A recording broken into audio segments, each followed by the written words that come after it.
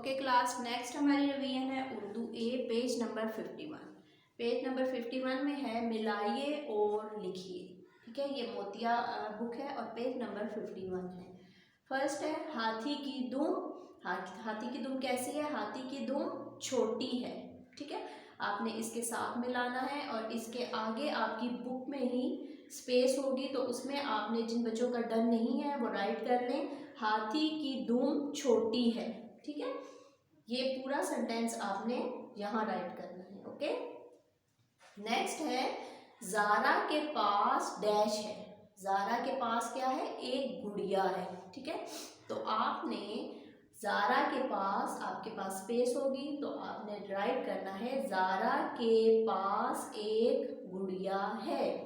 Okay, next है अली का तोता कहाँ है। ठीक है, आपने लिखना है अली का तोता कहाँ है। ओके, मानो क्या सोच रही है। ठीक है, तो आपने इसके सामने लिखना है मानो क्या सोच रही है। ठीक है, ये ऑलरेडी हमने क्लास में हम डन कर चुके हैं, बट जिन बच्चों का कंप्लीट नहीं है वो डन कर राइट कर लें। ठीक है, तो ये पेज नंबर 51 है।